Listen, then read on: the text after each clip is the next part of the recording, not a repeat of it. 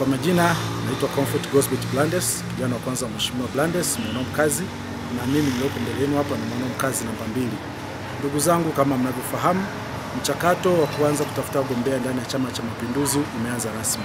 Tunasema kipenga kimepulizwa rasmi, na mimi nimejitokeza leo kuja kuchukua fomu katika ofisi zetu za wilaya hapa Karagwe kwa ajili ya kuonyesha nia ya kugombea ubunge wa jimbo la Karagwe.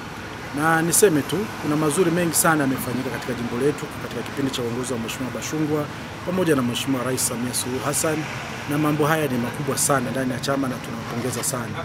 Lakini kama mnavyofahamu, uongozi ni kupokezana. Na mimi nimekuja baada ya kujipima na kujitathmini, nikaona uwezo ninao, nia ninayo, lakini pia dhamira ya dhati ya kuwatumikia wanakaragwe ninayo. Kwa ndugu zangu, chama kinipa ridhaa ya kupeperusha bendera hii, ninakuja na mimi niombe ridhaa ya kupokea kiti cha Mheshimiwa Innocent Bashungwa ambaye ni kaka yangu, ambaye pia ninampongeza kwa shughuli nyingi kubwa sana ambazo amefanya.